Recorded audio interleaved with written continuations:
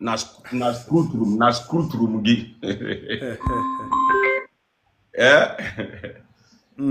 The other one different. Anyway, one different type, you know. One different type. When they nanya long distance. Okay. Then nanya like 4 or 5 hours. 4 hours. And then when they nanya like distribution. Then nanya within every 30-20 minutes. I stop. I make 1 or 2 delivery. But motor again. So all depending ke nanya. All depending ke nanya. Man, all the phone, only nanya across borders.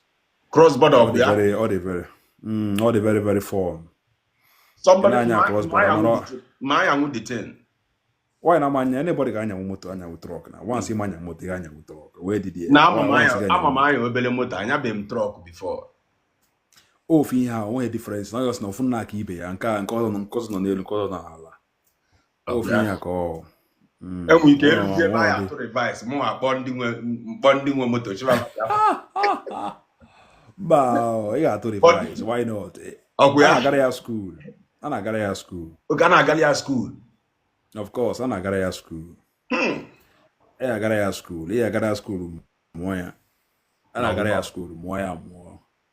Then before you pass the exam, you can exam na. Any exam. I lay exam. Lay exam.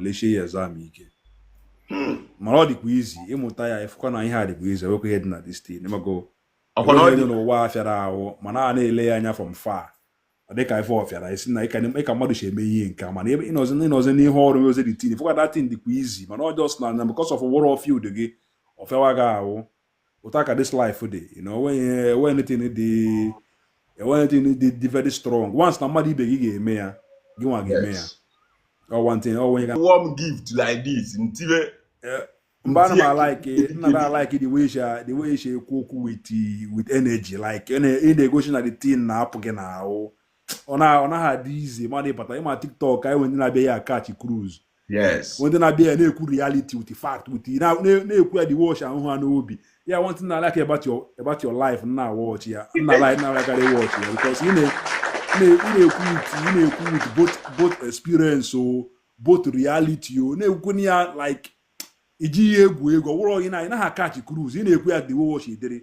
So that is what I love about the program. Na-ekwu anya ma na achazi red na onumu. Mgbe ana m afia ọkwa ana m afia ọkwa me don say one day not the kini dikoda any kini jige butu ihe a mmadụ ga ede ebe ọ ndị mmadụ edebezie mugu mkpọbazie mugu.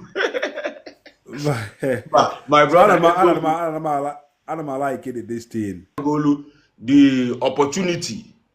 Okay, water. Sometimes disappointment will a blessing. My life cannot cover year na page. Many people are mala. I know experience with the best teacher. Yes, my history. Ibezi onye na go nya mbiazi ewu ndị na-eme mistake gentle ala na agba m nwoke nya message dị na phone mulu 500 and ịma oyibe nọ nya na ịma na ibe ana ịma na oyibe nọ nya nke wụ eziokwu na ị gaghị stop ndị mmadụ eme na mistake mana ya control ndị ga control because ka anyị na-preach nye anyị na-preach people will still keep making the mistake. It's just that all ewe ndị feeling na na-enwe ike all because irugo DM n'iji eme udiri ihe na ọ wụrụ irubeghị na wakwa n'iji gawa there at the first time. People want to learn from their own experience. Ya na-agwa ha ka ite na-eche edere. Most people don't want to learn, you know. Ọ na-eme every day. So the only thing ị ga-emewu ime nke ị ga-emewu nwanne ya pụrụ onye ọzọ cross nke ya ka o buru. People don't really want to learn, especially when it comes to traveling issue. When it comes to traveling, people don't really want to learn. Ihe ọ na ị na-ekwu. Sometimes when you come out and say the reality, I say again about why are you still there, or why this one, or why that one, you know. The truth, we try our best and keep saying it every Sunday. But then, the percentage in our watch, and the percentage now fall into those things. Some of them are not on social media. I don't know if he used that word. Yeah. They don't have on social media or not guys, welcome everybody. Welcome. And on that thing, that causes the problem, beach money. Why this fight cannot go a long way.